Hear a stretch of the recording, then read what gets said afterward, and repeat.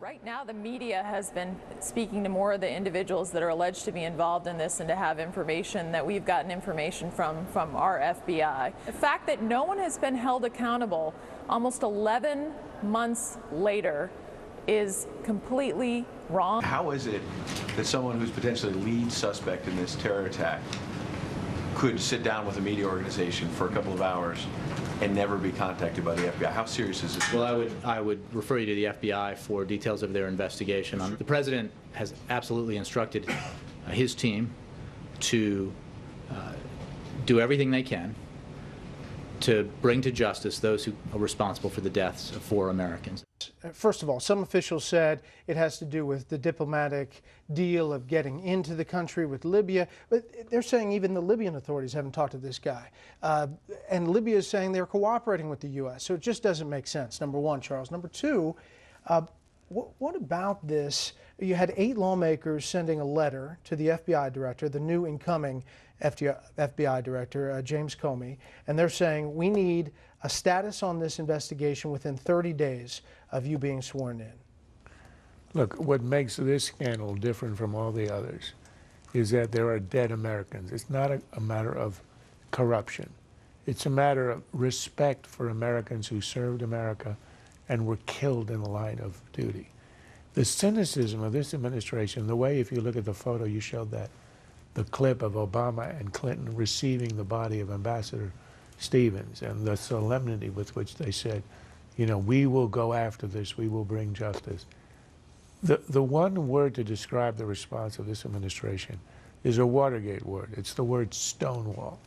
Their objective from the first hours was, how do we handle the crisis in a way that will not hurt the President and the Secretary of State politically?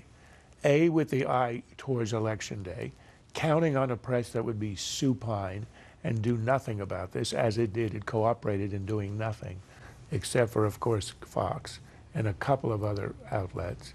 And then after the election, when there was a persistence on the part of people who say this is a scandal that we have no idea and we have no investigation worth anything, that they imagine if you simply draw it out, you shouldn't have to have anybody in Congress writing a letter and demanding an account of the FBI investigation.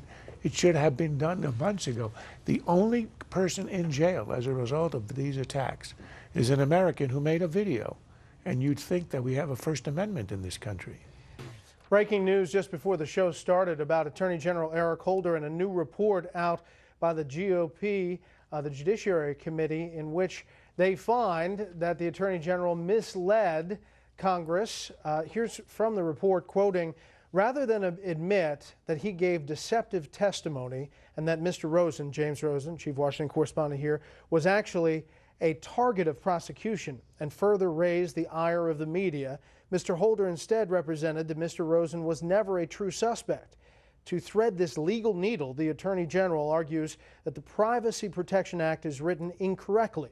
He maintains that the current law permitted him to tarnish Mr. Rosen as a suspect, but only for the purpose of investigating a third party. The committee rejects this facile reading of the law and rejects a needless, duplicative legislative correction that serves only to provide cover for Mr. Holder's misleading testimony. Republicans now again calling on President Obama to fire the Attorney General. He digs in his heels, and Holder, from the very first days of his tenure when he accused the country of being cowardly on race, has been an embarrassment, but there's never been any indication that Obama was going to back off and let him go. He's already been censored by the House for Fast and Furious. If I could just respond, I would say that is true of Obama's cronies. But when it comes to underlings, the bus, the space under the bus has been all used up. Gregory Hicks, for example, yes, who was demoted, the guy who courageously spoke out about what happened in Benghazi. He was in Tripoli on that night, and he did stuff that the State Department didn't like speaking to a congressional delegation. He ended up under the bus and demoted. And I would say, as for the Holder investigation, his defense of you lied in speaking with Congress, his defense is, oh, I just lied to a judge in saying that Rosen was a prospective criminal suspect. That's a hell of a defense if you're Attorney General of the United States. He ought to be under the bus, but there is no chance. He's too much of a friend of the president. That's what saves you in this administration. Probity doesn't.